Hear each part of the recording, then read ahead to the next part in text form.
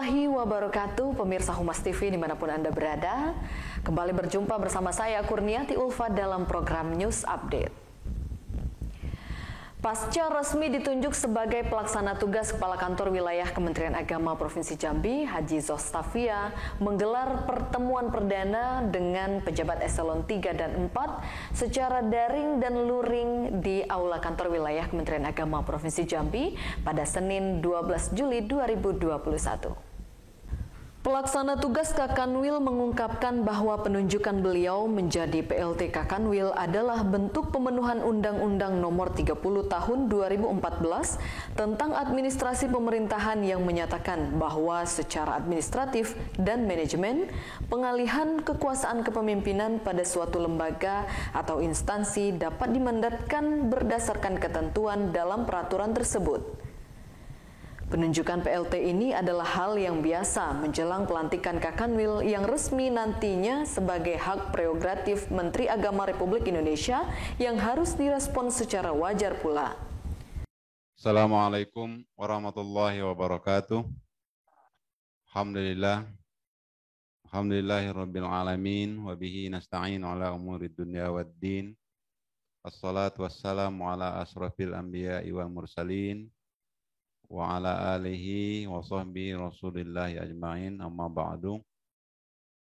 Yang saya hormati Pak Kabak Tata Usaha Kanwil Kementerian Agama Provinsi Jambi, yang saya hormati Bapak para kepala bidang,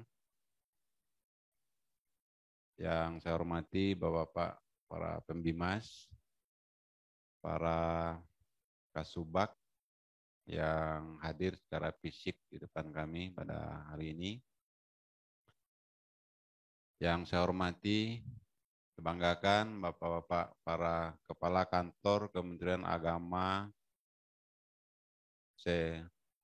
Kabupaten Kota Provinsi Jambi, beserta para kasubag dan kasi, para kepala madrasah negeri, para kepala KUA, Bapak, Ibu-ibu hadirin yang saya muliakan. Pertama-tama mari kita bersyukur kehadirat Allah Subhanahu wa taala. Alhamdulillah pada hari ini kita dapat bertemu muka dengan sebagian kecil secara fisik dan sebagian besar secara non-fisik.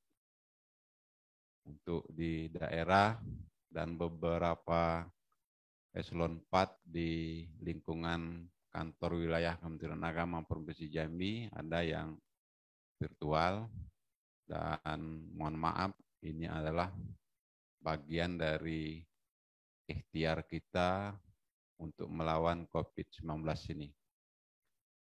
Pada junjungan kita, saya bersyukur kepada Allah Subhanahu wa taala bisa berjumpa dengan bapak-bapak dan ibu-ibu pada hari ini.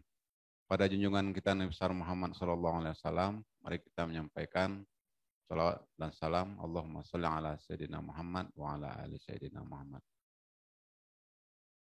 Bapak Ibu sekalian, Bapak Kabak TU, Pak Kabid, Pak Kemenak, saya mohon izin hari ini saya berbicara di depan ini dan ingin menyampaikan bahwa pada tanggal 6 Juli yang lalu Bapak Dr. Andes Haji Muhammad MPDI dilantik menjadi Kepala Biro di IAIN Kerinci. Kita doakan mudah-mudahan beliau bisa melaksanakan tugas dan sehat selalu serta sukses selalu. Dan secara administratif Kanwil ini tidak boleh kosong. Berdasarkan Undang-Undang Nomor 30 Tahun 2014 tentang administrasi negara. Jadi tidak boleh kosong kepemimpinannya. Dan saya ditunjuk menjadi pelaksana tugas. Kan ada 2 mandat menurut undang-undang. Pertama itu PLH, yang kedua adalah PLT. Kalau PLH itu adalah pejabat yang ditunjuk karena pejabat yang sebelumnya berhalangan sementara. Kalau PLT itu karena berhalangan tetap, pindah, mungkin ada yang meninggal, ada hal-hal lain yang diakomodir oleh undang-undang. Dan ingin saya sampaikan bahwa ini biasa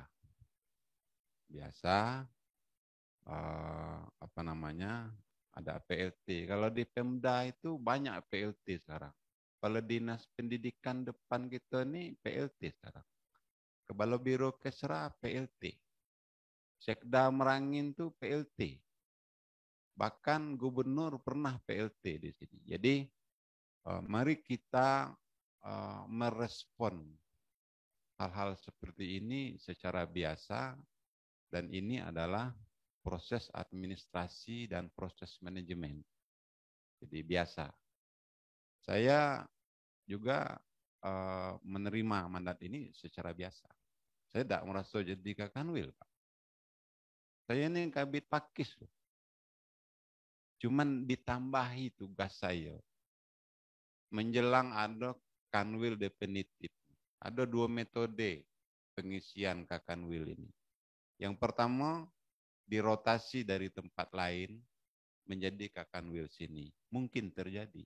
Yang kedua, dilakukan open bidding assessment, uji kompetensi, melamar menjadi kakanwil.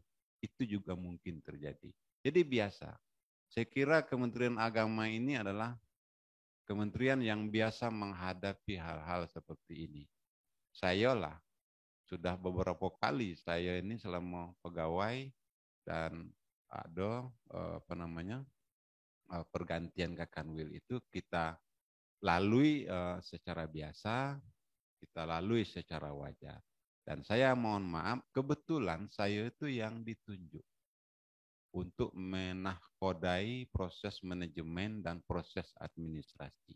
Ya sebenarnya PLT ini bersifat komisioner, ya kan? Kedudukan kita sama. Saya ini kabit pakis. Pak Rahman juga kabit. Rahman 1 dan Rahman 2. Nah, yang Rahman 1 mungkin Pak Rahman Sayuti. Saya tahu lebih tua Pak Rahman Sayuti kan. Pak Julan Kabak TU, eselon 3. Nah, jadi sama lah. Cuman dalam hal yang berkaitan dengan tugas Kakanwil, saya yang melaksanakan. Inilah yang dinamakan mandat. Ini perlu diperjelas. Karena saya tidak mau ada banyak isu berkaitan dengan kepindahan Pak Muhammad. Kemudian yang kedua, ingin saya sampaikan, saya sebelum masuk materi briefing nih ya. Pak Muhammad, Pak Tahir Rahman, Pak Mahbub, Pak Kadir Husin, Pak Marwazi, terus sampai ke Pak Saleh Bina. Itu adalah orang-orang yang pernah berjasa besar terhadap Kanwil Kementerian Agama ini. Untuk itu, tolong dihormati beliau. Ini kebetulan Pak Muhammad pindah ke Kerinci. Kemarin mana Kerinci nih? Saya sudah telepon Pak Fahrizal, Pak Fahrizal, SK Pak Muhammad ini sekarang dengan saya. Mungkin dalam beberapa waktu ke depan, beberapa hari ke depan beliau akan ke Kerinci. Tolong datangi, ajak ngobrol. Kan bukan kampung dia. Kita yang jadi tuan rumahnya. Tolong difasilitasi kalau ada kebutuhan beliau. Begitu juga Pak Hardiman kemarin sudah saya WA ya Pak Hardiman.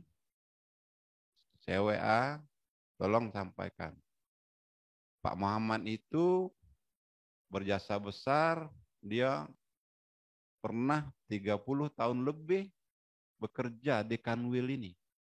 Tolong hormati beliau, datangi beliau. Datang Pak, ngobrol lah. Bapak Ibu sekalian, termasuk di daerah, suasana kita ini mulai dari tahun 2019, saya ingat betul, tanggal 18 Maret 2019, kita ini sudah mulai bertempur dengan corona itu. Tanggal 18 Maret, kita lockdown. Semuanya lockdown, gara-gara corona ini. Berkembang berikut sampai tahun 2020, itu ada klasifikasi, mulai ada klasifikasi wilayah. Ada wilayah zona hitam, ada wilayah zona merah, oranye, kuning, sampai ke hijau. Nah, di Jambi ini juga fluktuatif sifatnya, bahkan di kota ini kita sekarang sudah zona merah. Kemudian perhatian pemerintah mulai dari tahun 2019 itu tertumpu kepada pandemi COVID ini. Ekses dari pandemi COVID ini bukan hanya akses medis, bukan hanya dari aspek kesehatan. Bahkan dari pandemi ini dia berimbas, berimplikasi terhadap kegiatan pendidikan, kegiatan politik. Yang paling parah itu adalah berimplikasi kepada masalah ekonomi masyarakat. Khusus untuk Kementerian Agama, dampak dari pandemi ini luar biasa. Yang paling kentara itu adalah 2 tahun ini kita tidak bisa melaksanakan haji.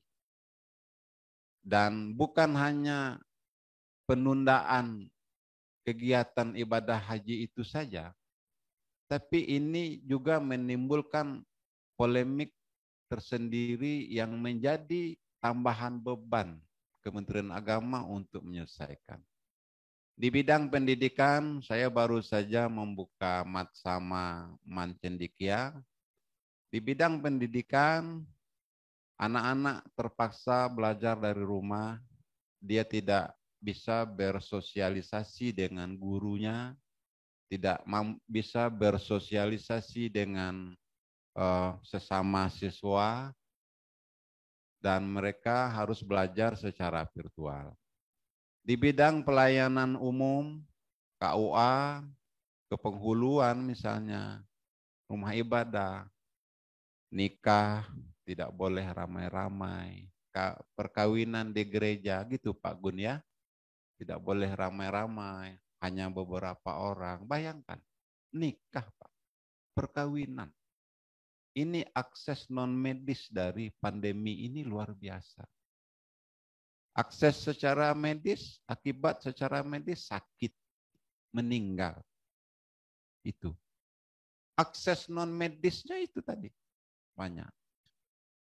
Dan tertumpulah perhatian secara serius pemerintah ini terhadap penanggulangan pandemi COVID ini. Saya melakukan usaha dan ikhtiar penanganan virus COVID-19 ini. Dalam waktu dekat, saya sudah berkoordinasi dengan KKP yang selama ini menjadi mitra kita untuk melakukan vaksinasi di sini, Pak. Kemudian vaksin, kemudian juga kita ikhtiarkan nanti secara berkala kita swab antigen Pak Kabid. Jadi terus kita kontrol kesehatan 130-an pegawai ini. Kontrol secara berkala, mungkin swabnya seminggu sekali. Kalau mampu nanti kita bicarakan teknisnya. Ya. Yang kedua, saya minta Pak kesediaan Pak Kemenak Kabupaten Kota untuk melaporkan secara tertulis Pak kegiatan penanganan COVID-nya di kabupaten kota masing-masing. PLT Kakanwil juga menekankan pentingnya memahami moderasi beragama dengan baik yang diartikan tidak hanya bagi pemeluk agama mayoritas, tetapi kepada seluruh pemeluk agama lainnya, sehingga mewujudkan saling menghormati dan menghargai antar umat beragama. Hubungan baik dan rukun secara personal intern umat beragama dan antar umat beragama akan memperkuat kerukunan dalam kehidupan beragama, bermasyarakat, berbangsa, dan bernegara. Tagar-tagar, hashtag-hashtag yang disampaikan oleh Pak Menteri Agama harus kita respon secara baik. Yang paling besar, yang paling banyak, yang paling sering disampaikan oleh Pak Menteri itu adalah moderasi beragama. Saya ingin bahwa apa itu moderasi beragama itu betul-betul dipahami oleh seluruh pejabat dan ASN Kementerian Agama. Saya Pak Kemenak, ini ada Pak Kemenak Kota di sini, PLT, di seluruh Kakan Kemenak Kabupaten Kota. Saya mohon dipantau penggunaan media sosial, baik oleh kepala madrasah, guru, pondok pesantren, penyuluh agama, kemudian penghulu, kepala KUA. Kalau ada yang terindikasi radikal, terindikasi terus, protes terus dengan pemerintahnya. Bahkan mungkin waktu peristiwa pembatalan haji kemarin, dia juga ikut protes, tidak patuh dengan perintah Menteri Agama. Tolong dipanggil itu Pak Kemenak, tegas-tegas. Kalau kalian mau jadi radikal, keluar dari Kementerian Agama ini. Saya tegas saja. Berhadapan dengan saya yang PLT sekarang, silakan. Ini butuh ketegasan Pak. Dalam penata layanan etika birokrasi, PLT Kakanwil meminta agar seluruh jajaran Kementerian Agama menjaga hubungan baik di antara seluruh jajaran. Dan yang terpenting adalah bahwa seluruh jajaran Kementerian Agama perlu meningkatkan aspek kerohanian untuk mewujudkan Kementerian Agama yang modern dan religius. Modern sebagai bentuk transformasi Kementerian Agama yang selalu mengikuti setiap perkembangan zaman, termasuk teknologi dan sistem informasi. Religius dari pengaplikasian nilai-nilai religius masing-masing jajaran Kementerian Agama untuk selanjutnya diteladani oleh masyarakat. Saya sampaikan, karena aspek rohaniah di Kementerian Agama ini menduduki posisi tertinggi dalam hubungan kita ini, Pak. Manajemen Kementerian Agama ini berbeda dengan instansi dan institusi lainnya. Bahwa nilai-nilai rohaniah, nilai-nilai religius, ini harus diutamakan di Kementerian Agama ini. Kementerian Agama ini harus menjadi institusi yang modern dan religius. Itu dua itu kata kuncinya, Pak. Modern dan religius. Modern itu apa? Harus ada transformasi digital di dalamnya. Kita ini sudah tidak melakukan transaksi tunai, non tunai. Sistem pelaporan sudah menggunakan pelaporan elektronik. Dan banyak hal-hal yang memakai merek-merek dan elektronik dan menggunakan IT. Itu namanya